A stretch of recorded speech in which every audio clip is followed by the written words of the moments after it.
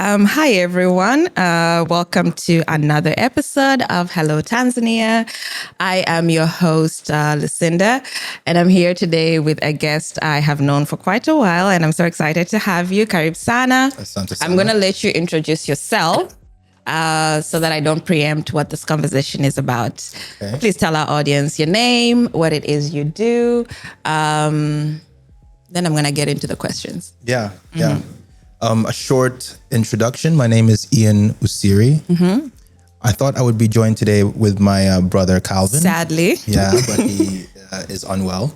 But I'm the CEO of Ramani, which is a financial technology company here in Tanzania. We provide small business loans. Okay. We've seen the hype about Ramani.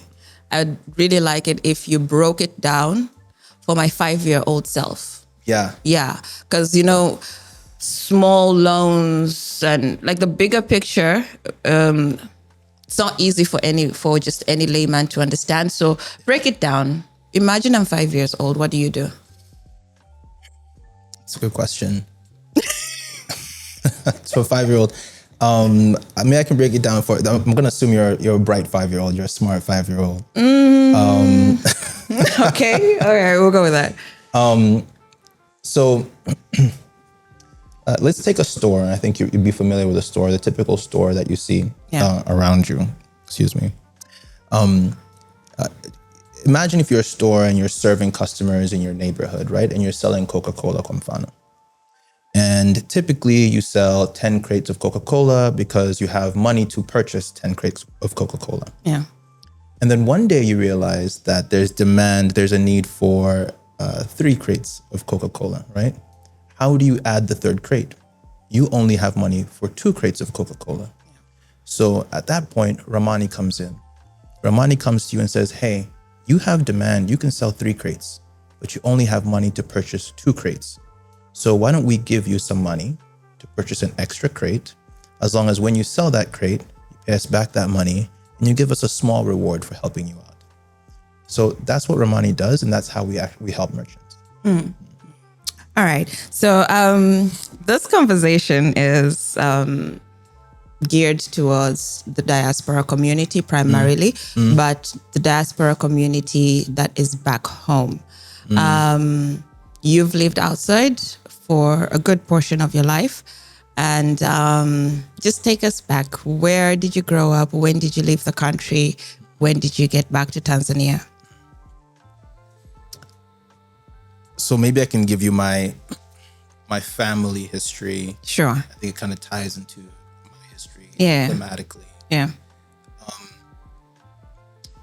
I'm the son of an epidemiologist and a civil engineer.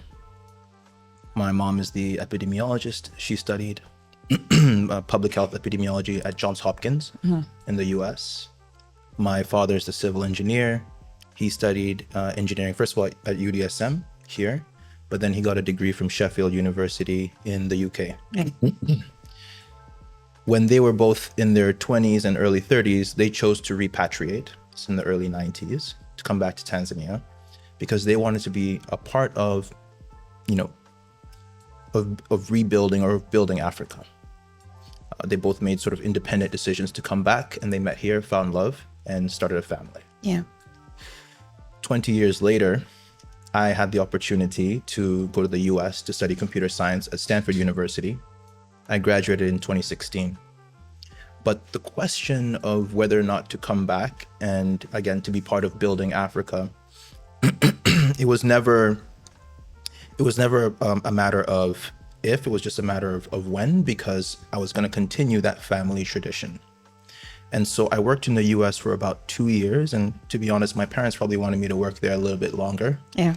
But I felt an itch, and my brother felt an itch as well to come back, to try to do something new, try to do something different, and try to be a part of this community of repatriates that are bringing new ideas and trying to make a change. So we decided to move back in 2019. But if you've seen what my parents did, and actually, to be honest, their parents as well, my grandfather also studied abroad and chose to move back. He actually graduated from Stanford as well in the 1970s. It's just a continuation of our family tradition and it's an instantiation of our values, which are we want to be part of what's happening here, we want to be part of the group in each generation that's trying to move the country forward. So you said it was a matter of when you come back home. What prompted the when that brought you back home? Yeah, probably there's a practical side and maybe a less practical side. The practical side was we had saved enough money to feel comfortable moving back and not having to be dependent on our parents. Yeah. So we could set our own agenda, start our own company, and we didn't have to, we want a burden for them. So a lot of people ask, we were the first investors in our own company. We came back with enough money to make a bold bet. Yeah.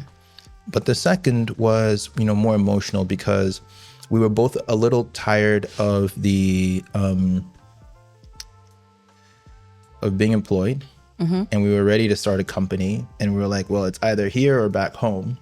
And so, now is a better time than,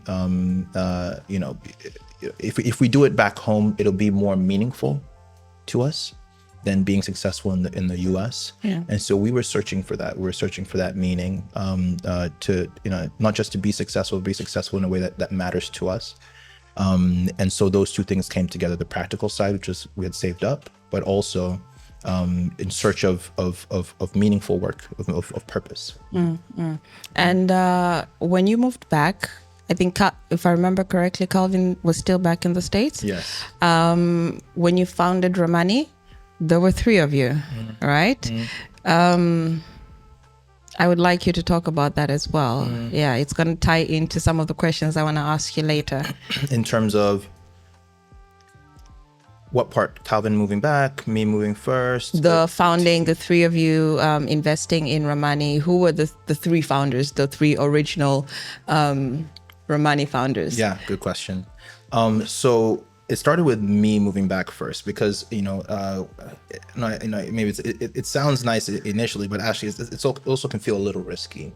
And so there usually needs to be one person that takes charge and steps forward. And so that was me. So I quit my job first. I made the transition and I started looking for an opportunity. And at that time, I was sharing the story with my brother Calvin, who was still working, and one of my close friends, his name was Kibet. Yeah. And it took about 6 months for me to find sort of what was the first version of what we wanted Ramani to be. And that was enough to convince Calvin, hey, why don't you come and try this journey out? So then he quit and he got buy-in from our family. And so he moved in maybe 6 months later. So it's August 2019. Yeah. Moved back. And that first idea didn't work.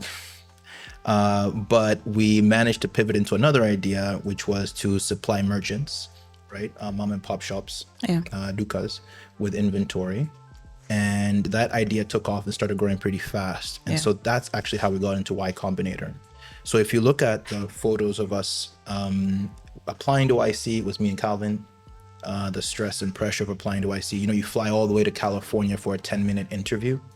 And that interview decides, and you learn that night whether or not you got in. So it's high stress. So it was myself and Calvin. So a lot of those photos from that time were Calvin and I. However, when we were there, our other co-founder Kibet was working at Google, and we were great buddies. And so he watched us, prepare. He helped coach us, as well as my other friends in the Bay Area, because I used to live out there. Yeah. And so, my friends had a front row seat into our journey, our trajectory as Ramani. Got into Y Combinator, and maybe, and about a year later, Kibet joined, right? So got into Y Combinator in 2020. That idea was shut down, opened another company, shut down. So me and Calvin are really going through this, and then that was the COVID time as well. Yeah. We're sharing our journey with our network, with our friends. And when you've moved back, you've used all your savings to start a company, and it's not working, and it's like you and your brother, there's a lot of anxiety, a lot of pressure. So 2020 was a really difficult year for us. And that was probably the time when it was not easiest, but pretty easy to give up. right? Yeah. Okay, this experiment's not working. Okay, you've raised some capital, but the market's not responding that well. Your parents are happy you're back, but they're kind of not sure what you're doing. And and there's a lot of pressure that you've put on yourselves, right? So because you have all these, we talked about expectations. I think that's kind of the theme. So 2020 was really difficult, and it was COVID as well. And in a way, we were lucky the country didn't shut down, so we could keep selling. And in Tanzania, sales is direct sales, so I could keep visiting people and trying to convince them to use our technology. And at the end of 2020, Quebec came to visit us, excuse me, saw what we were doing, from what he had been seeing from online, from the updates I was sending. And by January 2021, he said, "Okay, I think this is interesting. I think I'm gonna join you guys." Yeah. My other group of friends decided not everyone has to join the journey by joining the company. I have other friends that chose to invest in Ramani. So I'm incredibly lucky to have a lot of friends, especially from university, that were supportive and are still supportive and have been on the front lines, at least listening and cheering us on. And one of those friends decided to join us. And so, he joined in 2021. That's when we raised our seed round. And I would like to say it's been smooth sailing ever since, but it's running a business is really difficult. Yeah. Although I think we've had some really great milestones. And yeah, so that's kind of the journey. It's kind of how he joined, and he was with us for about 3.5 years. And then he decided to roll off last year. Okay, so that said, I want to understand what your expectations before coming home and setting up shop were. In terms of starting the business, in terms of finding your footing socially, reintegrating back into Tanzanian society. What were your expectations as you were preparing to come back? When you ask that question, it almost assumes I probably should have had bigger expectations or thought it through more than I did. My expectation was really just focused on the business. And so it was, I expected, and to be honest, like it kind of clicked, I expected to touch down April 2019, find an idea, apply to IC, and be in the Bay Area by January 2020. And that's what happened. I expected to be able to, probably find a problem that was big enough to try to build a great company, but also to try to build a great institution where I could attract really smart people and be able to, try to craft a future for Tanzania than Africa as we see it. And that worked. But I didn't think more broadly about family. I didn't think more, and these are now the things that have happened since. I didn't think more broadly about partners, and also the culture difference that would be there. So these are all the different expectations. But what I did expect, partners, what do you mean? like life partners. Nosy. Okay. Life partners. Okay. And all right. because you're now in a new place, so you have a new pool. Right, and that's great, So, but you should know that. And yeah, so I probably should have thought more deeply, but I'm like, I was a 26-year-old guy. I want to instigate this. What about partners? Was the reality that you found here? So, without getting into very specific details. Yeah, so to be honest, we might get off camera. Yeah. To get me more details, but for the sake of our nosy audience like me, what was the reality you found about partners? By the way, we are going to do a dating episode. Really? Yeah, you commented on the shorts that we posted last time about the dating. Yeah, so I'm looking forward to seeing that. Yeah, and maybe we might have you on board because I wanted to do two episodes, one for men, one for women. Yeah, I don't know if I have much. I work so hard, and I'm so engrossed in in my business and what we're trying to do, and it's actually an incredibly difficult challenge. So I don't think I can speak. All right, back to my question. What was the reality you found? Yeah, so even the reality. So maybe what I mean is that when I say by partners, what I mean is you're coming from you move into an African context, so you're there's a cultural shift, right? And I think a lot of people that are living abroad find it hard to meet people that have the same cultural background. And so one of the advantages of moving back is that there's a higher density of people who have similar cultural background and similar cultural expectations to you, which is nice. On the topic of culture, you're overthinking this, my guy. You're overthinking this. Relax. Relax. I saw you go like, oh my God, what is she doing? On the context of culture, there obviously is an element of culture shock when you move back, right? You may find people who have the same cultural background, but you having lived outside, you having interacted with the foreign culture, it sort of changes your perspective and your own cultural, what's the word I'm looking for?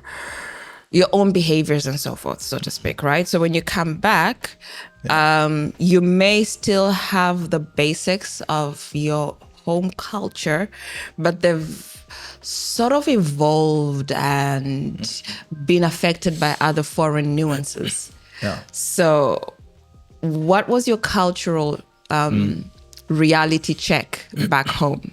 Yeah. This sort of it's so funny. It's a massive culture shock actually, and I didn't expect for the dislocation to be so big. Yeah. And I can give you an example. So I was talking to one of my good friends and a good friend I made here, and they said, Iain, I've learned so much from you. I learned to say, hi, my name is so and so. Like, hi, my name is James. I'm like, what do you mean you learn to say, hi, my name is James? Like, I learned to introduce myself. And he's like, yeah, Tanzanians don't introduce themselves. It's just not in our culture. We don't go, you don't meet a new person and go, hey, my name is so-and-so. We just say, hey, mambo, mambo. Yeah. And we don't exchange names. Yeah. We will sit together and I'll get your name from a friend here, but I'll never, nobody's going to introduce directly, themselves. yeah. Right? Yeah. And so what does that mean? What it means is that from the moment you say hello, right, people know you're different. From the moment I say, hey, my name is Iain, boom, immediately, I don't know that they know. Yeah. But they know already, oh, this guy, something's up. And so people would always ask, like, did you study abroad, blah, blah. And I'm like, what? Why did they say that? It's like, oh, it's those little things like, hey, my name is immediately, okay, that's you outside the box. Right. Yeah. Right. And your accent is not very helpful either. Right. Yeah, maybe, but that's part of it. But I mean, people have that accent. I think it's the behavior. Yeah. I think. How's your Kiswahili? Sio mbaya. Okay. Lakini naendelea kuiboresha. There's bado. You still need to buffer as you're talking. Yeah. All right. So even with the language, what was your experience like when you came back? Having to catch up, relearn Kiswahili. Did you even know Kiswahili when you moved back? I knew it, but I'd never studied it. So, now I'm studying it. So I'm like doing 3 times a week, taking classes. Yeah. And interesting, I started it just to fill a buffer, but I actually have a really passion for it. Actually, it's a really beautiful language with deep history. So I've actually had to invest time and effort. Luckily, it's what I enjoy to do, reading about Tanzania's history, and I highly recommend it, by the way, reading about learning Swahili from a teacher, like my teacher, I got her from Bakita, she's really great. And for me, it's really helped me understand why things are the way they are, why we are the way we are. And it's also substantiated what's so special about our people, about this place, and it's made me really excited about our future. But the process I had to go to was study the history, which I didn't get to do in school. And I think everybody should do that. It's a work in progress. It's a work in progress, quite honestly. All right. So we know language is a bit of a challenge. Yeah. The culture differences, the societal differences. Yes, that's something else I would want to look at, because you're not just confined to your home and to your company. You still need to go out and socialize. Yeah. Where do you like hanging out? Where do I like hanging out? So that's a good question. Outside of, I like Punchline a lot. Okay. Yeah. So I really like the stand-up comedy scene. I love, it's in a place that can be so conservative. That's a space where people can kind of go and speak their minds to an extent. I'm a big fan of like Evans Bukuku and Ahmed and the whole squad there. Yeah. So Punchline used to hang out there a lot, almost too much, such that every time I go now I know the jokes that they're gonna say, so I try to give it some breathing room. So Punchline, love stand-up comedy. I think, where else? Now it's just like restaurants, I guess. Which restaurants? Taikani is a classic, probably my favorite. I ask this on purpose because there was a conversation I once had with somebody as we were setting up this podcast. And this person's thinking was, why are you just speaking to diaspora babies? Why are you just speaking to Tanzanians who've been outside? You need to have like the local voice. I didn't discredit it. It's something that we're going to do in the long run. But his thinking was, because we have a certain identity, somebody hears those little things like my name is, your accent, your fluent English, the way you enunciate yourself and stuff, and they automatically assume this person hangs out in Masaki. Damn. Okay, and I'm like, Punchline. Sold yourself out right there. You walked right into that one. And yeah, so what kind of efforts do you make, do you try to go to places that aren't too Wakishua kind of locations? So there's actually a hot debate, and even in my family, about how to approach that. And especially when you work so much anyway, we only have like, a few windows in the week, places to go. What I'll say is this. Let me say this. I don't hang out with the expat community. And that's a sharp line. And again, there are differences in my family. So you won't really see me at Slow Leopard. You won't see me you won't see me at, what do the expats hang out? I don't even know. I think Slow. Where you see, I don't even know where they are. I imagine they're Gymkhana or whatever. Yeah. So my group is Wabongo. Walio, actually walio soma hapa lakini shule za kimataifa, right? Using these international schools, and then maybe went abroad for a short time and came back. So that's really my circle, and those are the people I trust. That I feel I can relate with. And so where do they hang out? What about street food? Street food. What about street food? Do you do street food? I do. Like, would you call Pantaleo street food? Not really, right? Then that's, so then. I am letting you walk into the traps. I get it. Like, corn or whatever. No. Why not? Have you? Okay, why not? Wait. Honestly, kind of probably need to be walking around. So I don't really walk around because it's just so hot. So it's probably the logistics more than the disposition. Because when I'm at Forodhani, in Zanzibar, then I do, right? Whatever the seafood that they have there, etc. So it's probably just logistics. So I'm just driving around. Yeah. You don't need to walk. You can drive. To a street. Yeah. That's why I was like, they're all over. No, Pantaleo doesn't count. You don't count, right? So okay. It does not count. Absolutely does not count. So with these Have you had WhatsApp chips, is that kind of what you mean? Yeah, have you had sure. mihogo ya koko at least? Yes. Yeah.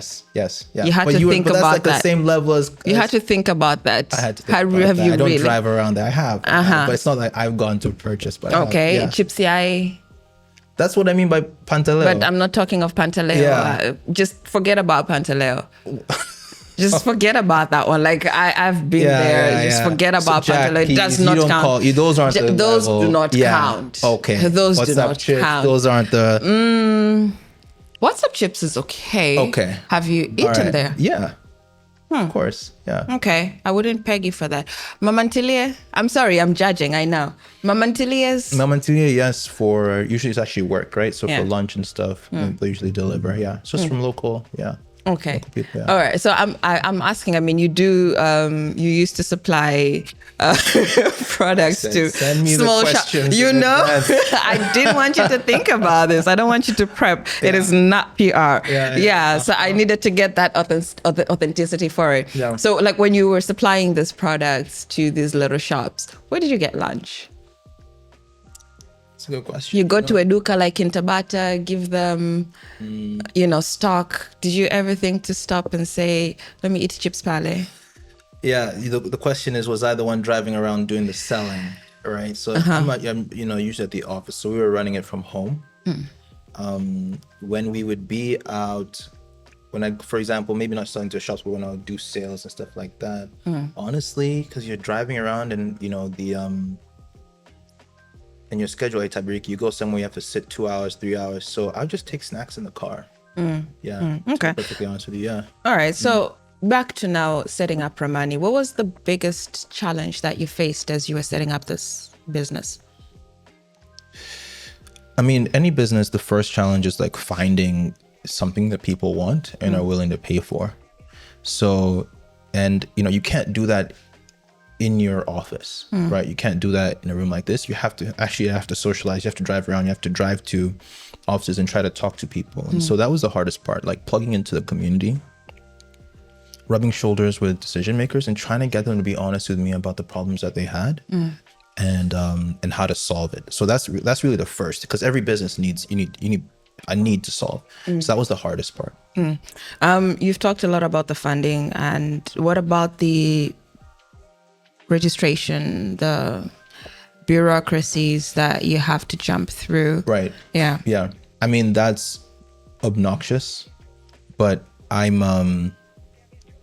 it just takes a lot of effort. And so I'm as a competitive person, the harder process is, it doesn't really bother me because it helps separate me from the competition. So, with that, yeah, I would sit at TRA and wait for, try to get, a business license, try to get a VRN certificate, have to sit there all day and then go to Serikali sometime, whatever. Yeah, so you have to go around and put in a lot of effort. But it's not a complex thing. It's a solvable problem. It just takes a lot of effort. Yeah. Those little setbacks, was that something you were prepared for even before you came back? No, I didn't think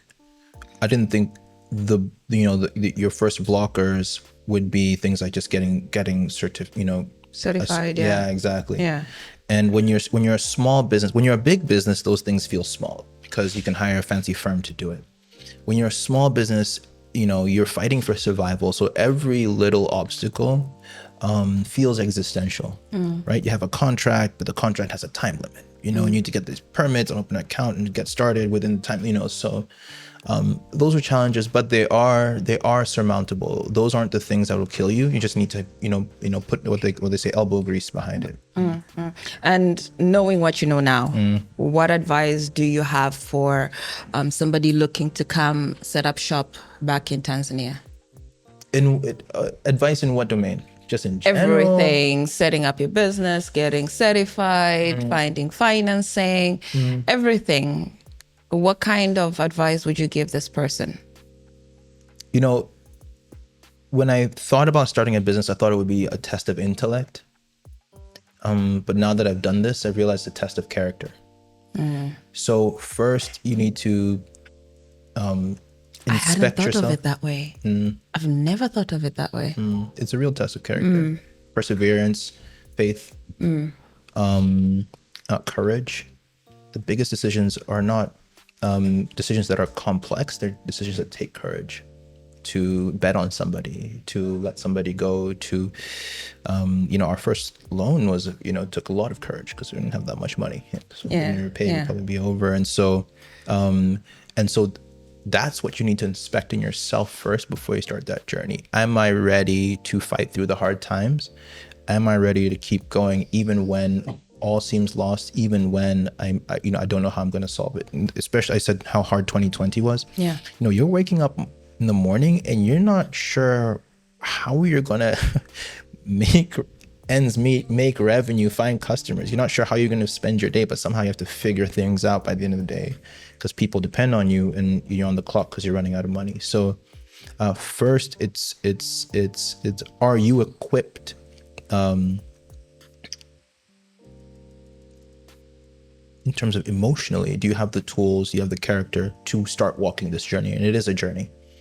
And are you ready for the downs as well as the ups? It's not real. There aren't that many points of glory, to be honest with you. The great moments are they're sweet, they're tantalizing, but there are a lot of tough moments that you just have to push through. And in terms of preparing for like the registration and what you learned, how can somebody prepare themselves? For things like that. Yeah. Okay. You need, let's go to the practical things. Yes, you need practically speaking. Savings. And the second thing is maybe 27-year-old Iain didn't know, like the free market has kind of solved this. There are firms, there are people that will do the incorporation and they're running around for you. So, use services to get that stuff done. Now, I felt that stuff was also a training ground for me. So I know how to get things done in Tanzania. You can, I might see him out. I might not, I might have my lunch in Masaki, but I know I've had to interface with every institution here in terms of like police institutions, the tax institutions, the central bank, and I've gotten my things done through those institutions, right? So I'm actually very exposed in terms of the pillars of power, to key, not all, pillars of power in the country, because I needed to do that in order to get business done. Yeah. So in that way, you can't really stay out of touch and be successful in business in Tanzania, but you just have to. But the places you're focusing on are those key institutions. When you say youth services, to play the devil's advocate on this one, at times we have created a reputation for ourselves, and by we I mean the general Tanzanian public, Right. for being not trustworthy, being crooks, Yep. for lack of a better word. Yep. Yeah. How can somebody coming home not knowing Yeah.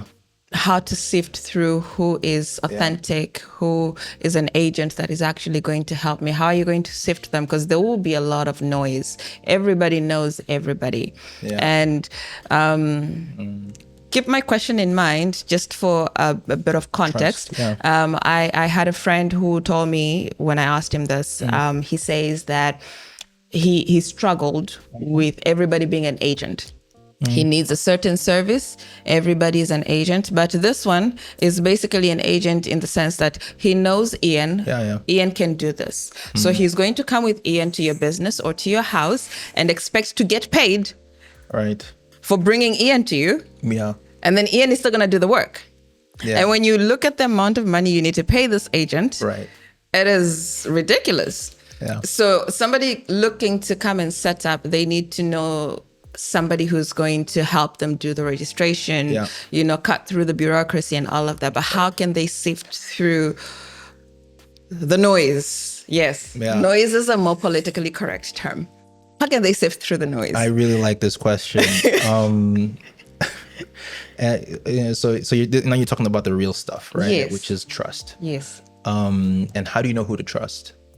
And that's part of it's. So like knowing who to trust is like a key component of being successful. So like those are the things you want to be a successful person. Like how to discern that is a key skill So first is, even if you've been played, etc., don't worry. You're in school. They're teaching you something, and you're earning something that after you've learned that, that's going to be the foundation of how you build your family, etc.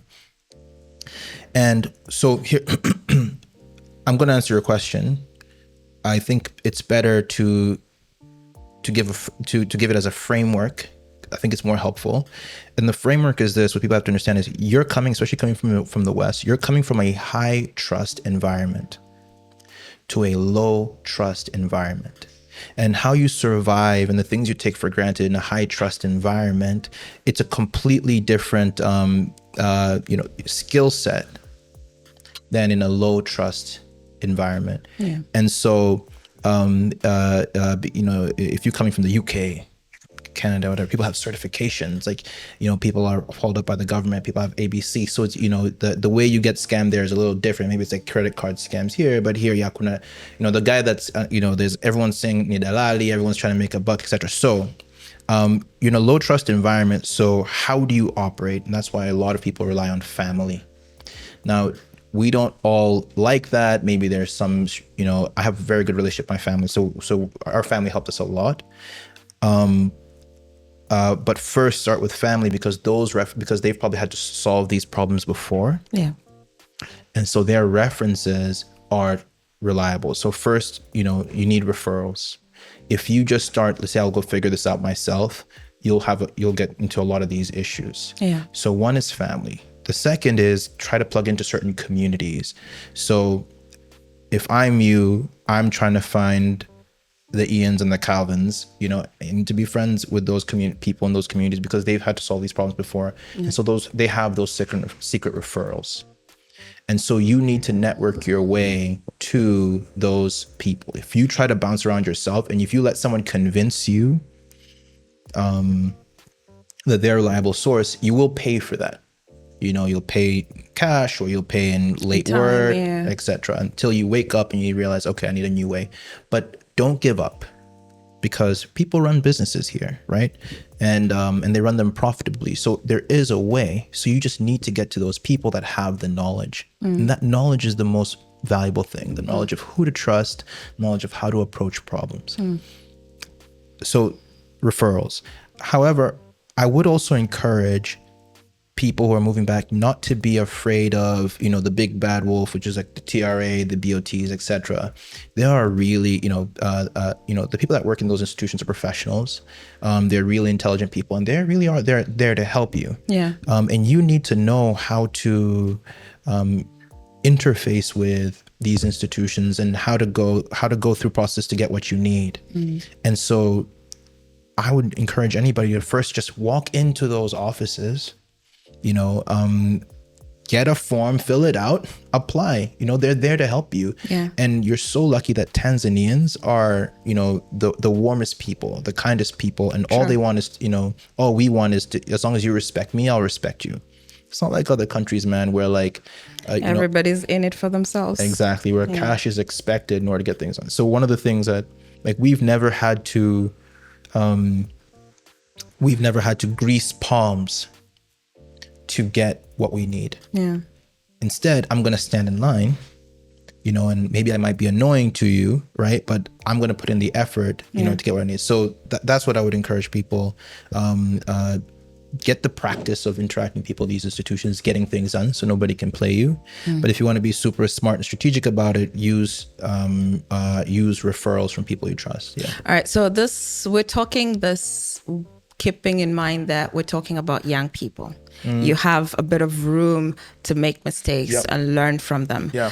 But you do have those elders who've been in the diaspora for a while, and they're looking to retire back home. Their thoughts of retiring perhaps might be, I'm going to go home, I'm going to open a little business, have some income coming in for me. Now, some of them may not be as, aware of how Tanzania has changed and move on without them. And so they do rely on family, as you say, but I've heard of cases where, I don't know if you have, but I've heard of cases where somebody relies on family to help them build a house, and they come back and they've been sending money for so many years, Yep. and there is no house, there is no plot. Yeah. Things like that happen. Right. Or they've been trying to open up a business, and they know somebody who knows, one of their relatives knows somebody in TRA, Right. knows somebody at Brella, knows Right. somebody who can help them sort this out. And they are thinking, I'm sending money, I'm investing money, my business is up and running. But there is nothing going on. So for those coming back and they don't have the luxury of time to make those mistakes, to learn from that, Right. how can they prepare for this, and how can they sift through that noise? Sorry, it's a tough one. Yeah. No, it's a really great question. It's a question that really touches me, because it's not just the people coming back. You would think that the people who are here now and retiring know their way around. Yeah. And you just got it's kind of sad, you just got your retirement bonus or package, excuse me. And I want to start a business. Yeah. 65, I want to start a business. Yeah. 25, I want to get into real estate. That's like, yo. And then you start making mistakes that Iain was making. Yeah. When he was 28, Yeah. but Iain has some time to recover, or when he was 30 or when he's 32. And this is, and you're 65. So, and so the mistakes are more expensive. And so it's both sides. What would I say to that?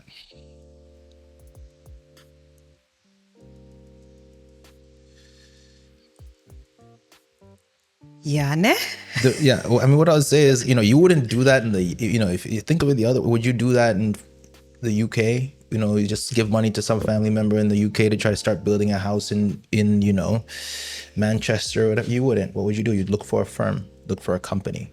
So look for a business that will do this stuff for you. And they are, like, we work with, for example, Breakthrough Attorneys. They're fantastic. Actually, they're lifesavers. There's a referral for you, right? Actually, they're incredibly reliable, and work through them. Now, I know why they don't, which is garama, right? But you need to think about it in terms of your potential loss, right? Yeah, you're adding 10%. I don't know how much you would add having that in between person, 10%, 15% more to your costs, but you're getting assurance. You're getting reliability. And so instead of trying, the old school way is trying to avoid the trustworthy institutions and trying to do it yourself in order to save on costs here and there. But now you expose yourself to those challenges, right? So what I would say is do it like you would do in any other place in the world. Look for a company that does this stuff, that has a track record, and pay them what they're worth to deliver what you need, right? But we are talking about a society that would rather rely on family. Yeah. And this question is geared to also a generation that is, my family is back home, they're more reliable, they're family, I can trust them.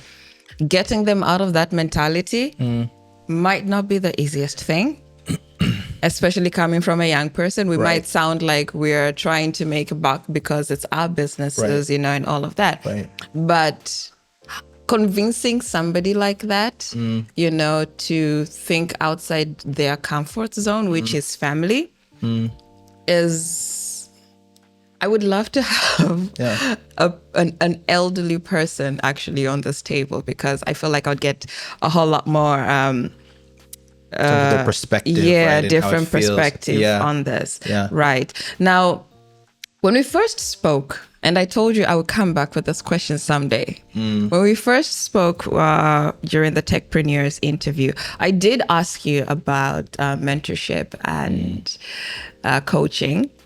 I want to catch up on that. Have you now started doing any kind of mentorship, active coaching? Iain, it's been 3 years since we spoke about this. Yeah. I receive active coaching and mentorship, and so does my brother. Actually, we actually pay for it. So I know how valuable that is. I've just never had the self-assurance to tell somebody that's probably not my family how to approach something or how to be. You know, I feel like I'm still learning, right? And I'm correcting myself all the time. I see the Iain that, you know, I look at the Iain of last year and the Iain of today. We're different people. Not we're, you know, we really are, because, you know, I'm learning so fast. So I never really have the never been at a point where I'm like, oh, I'm ready to teach this now because I'm such an expert. And so that's where that comes from. You know, I am going to say the same thing I said all those years back. It's not about what you know and actively teaching somebody like, come, I'm going to teach you this. For example, you said somebody said to you, they learned how to introduce themselves. That may be an act of indirect coaching, but it's something that they didn't know, right? It doesn't necessarily have to be how to build a business, how to pitch your ideas and all of that. But somebody that is working with you looks at you and says, Iain has had this kind of exposure, or not just like the international exposure. I'm talking even somebody who's out there is now looking at you. Iain has had now the exposure to the Tanzanian community. He's back home. He's experienced 1, 2, 3. There's something I could learn from him, right? And at the core, also this whole conversation, series of conversation, it's basically what we're trying to do. You know, it's not active coaching or mentorship that I'm thinking, oh, hey, there are these people out there, let me tell them this is what you should expect in Tanzania. But you get an idea of what to expect. So back to my question, there should be that kind of help, you know, given to people looking at you, knowing what you know now. Yeah. Why aren't we there yet, Iain? I'm open to it. I'm open Why to aren't it. we there yet? Yeah, I'm open to it. I don't call it mentorship, but I have coffees with people. We chat, they share their business ideas and what they're trying to do. And I share what I've done. Again, I can't prescribe. You know, I think there's so many smart people out there and they know more than me. So I don't prescribe, but I do have conversations and I am open to having conversations. I just wouldn't call that, it's not a mentorship program. So if you're starting, you know, some sort of program, you know, I'm happy to, you know, be helpful there, but I'm open. And I have done. Starting? I'm open to have coffees and conversations, which I've done. Yeah. And share my perspective. Okay. Yeah. All right. Yeah. We have seen how Tanzania's ecosystem in the startup ecosystem has really grown, and you guys play a really big role in that, especially as young people. Where do you see that? I think I asked you this once before, but where do you see it? It's now been what, 3 years? We're still within the 5-year time frame from when we first spoke to now. The changes that you've seen and where we're going. Where do you see this space going? Yeah. Well, you know, if I look at the trajectory first, you know, of the country, so if we widen the scope, right, we're a country that's gone from 11 million people at independence to 25 million people when I was born to, you know, 67 million people now. And we're projecting to be over 100 million people in the next 15 years.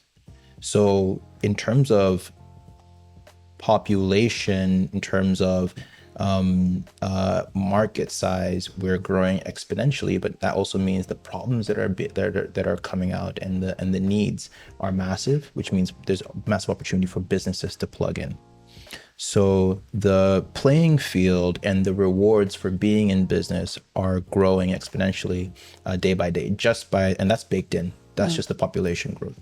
So what do I see? I imagine more capital coming in, which what we're seeing. For example, we saw Bakressa's about to double capacity of production of, he's invested $500 million into doubling his production capacity of like juice.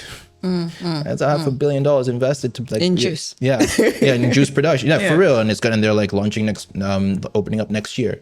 We're seeing Rostam invest in production of mitungi, I guess. You know Tanzania doesn't actually make those metal canisters. We import them, cylinders, exactly. And so now they're going to be producing them and they're opening up this year. And I imagine what that's going to do for the production of gas, of cooking gas, right? LPG.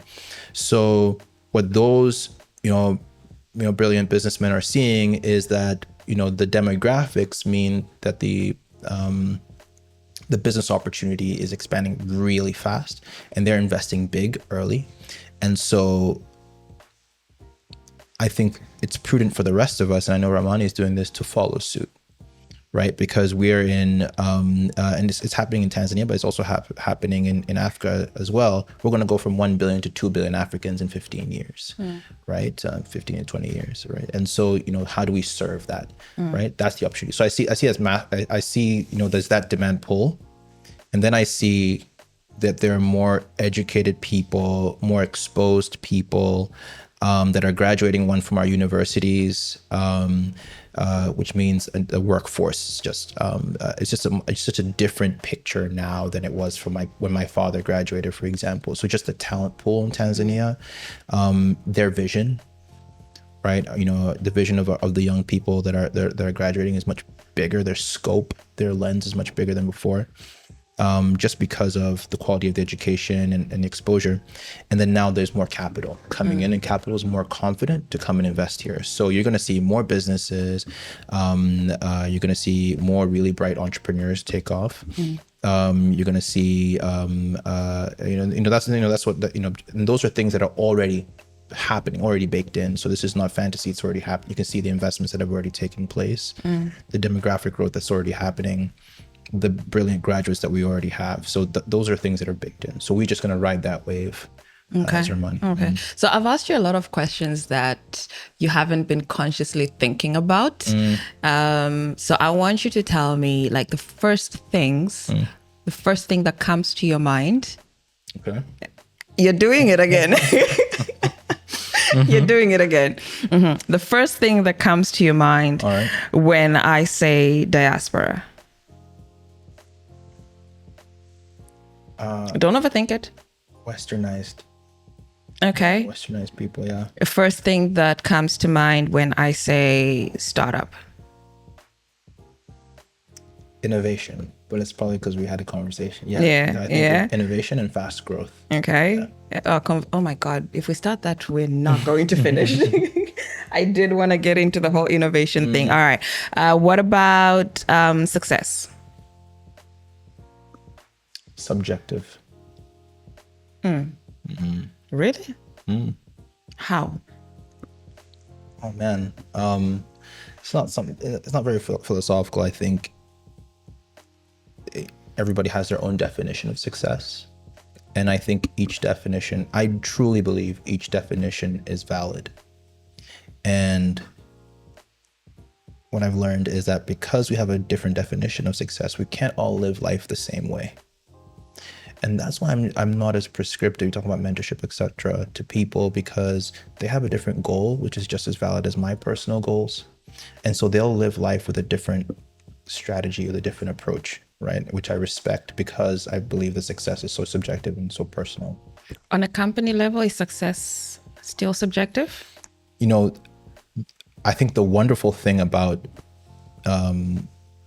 business, I guess there's two areas. It depends on who you ask. For a capitalist type business, you're held accountable by the bottom line. Yeah. And I think that's a great thing about business, because if you don't produce a service that people want, that you can deliver efficiently, your business shuts down. And I think failure is a really essential part of the free market. I think so. There is that. So businesses, you are kind of narrowed to the bottom line. But I know there are people who do these impact businesses, etc., that try to measure their success using other metrics. Yeah, other metrics. Yeah. I think that's cool too. Yeah. Okay. Yeah. So in short, we should stop setting objectives. That's not what. That's not what I said or what I meant. All right. What about social scenes? Comes to mind first. And I don't want to, I'm going to switch it up, but, I don't know, Ramani, Sinza, You're just saying what you think I want to hear. But I started saying, I don't know, social scenes, church community. Yeah. Everything that I want to hear. You set me up as like, you made me seem so out of touch What? at the beginning. Ian, do you No, WhatsApp chips? stick to your authentic self. Forget what I said. I'm being Judge Judy. All right, so fact and fiction, fact or fiction. All right, so you can start a business in Tanzania with zero connections? Fact, but you have to build connections. You have to build the Start connection. versus building the connection. Yeah, so you can come in no connections and build the connection, but at some point you do need to Okay. have relationships. So yeah. Tanzanians are resistant to new ideas.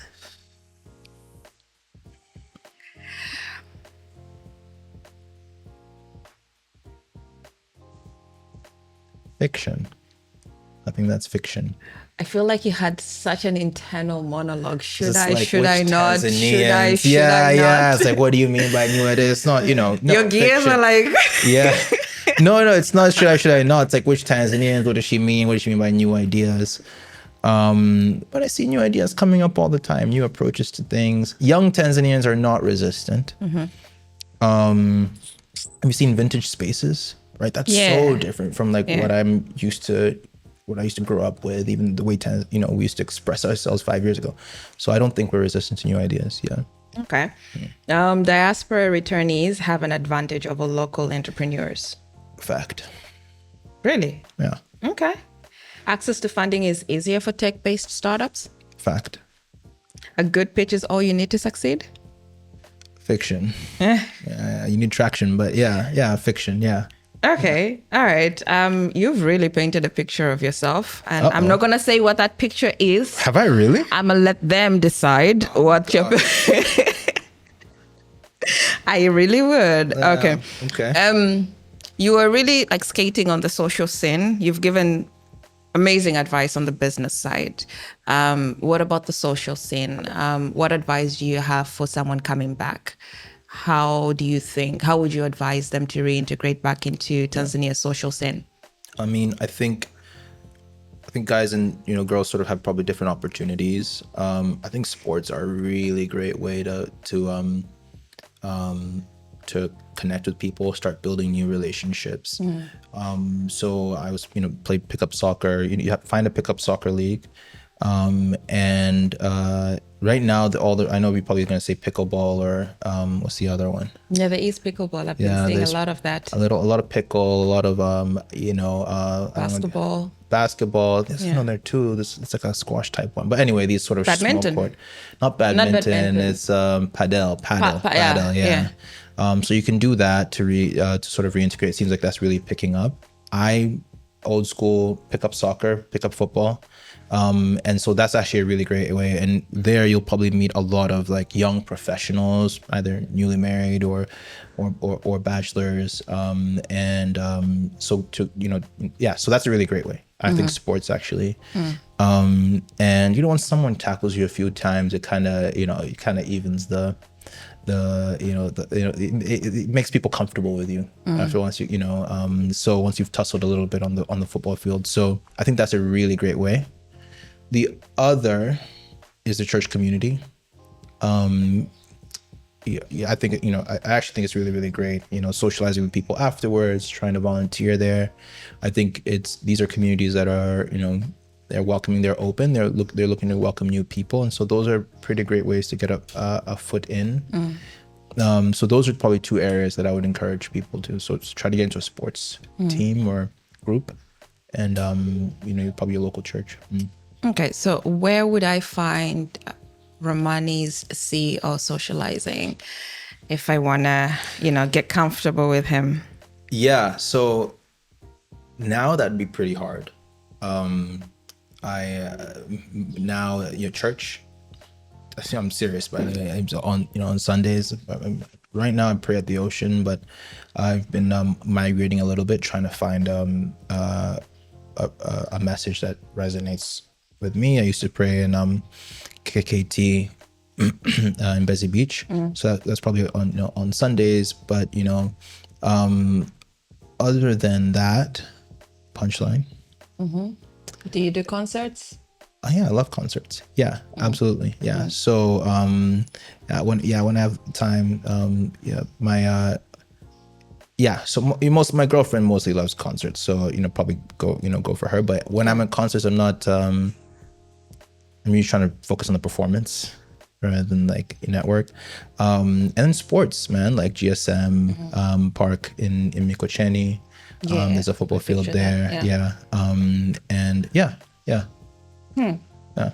You are so guarded. If you, Okay. I'm coming off as guarded. You are. You're still not giving me what I want. But I'll What get do you next time. You tell me. I'll get you next time. Don't worry. All right. I'll get you next time. For today, I think we have a run out of time. Ooh. We did good on time though, yeah?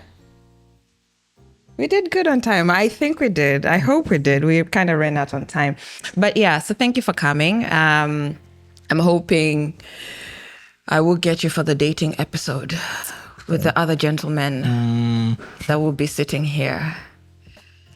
I don't even know how that's going to work, but that should be very interesting. But yeah, I thank you so much for joining us today. We had a good conversation, I think. I really loved our conversation. Really? Okay, cool. I hope you're going to repost and stuff. Yeah. Anyway, guys, this brings us to the end of today. I feel like... Eric, you want to say something? Mbona cheka? Anyway, guys, thank you for joining. Do like, subscribe, do the whole shenanigan.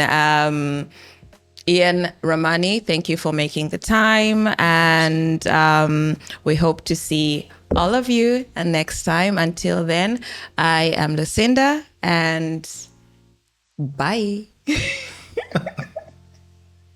It's weird doing this whole thing without her. Usually it's the two of you. Yeah. Okay. It's weird doing it without her.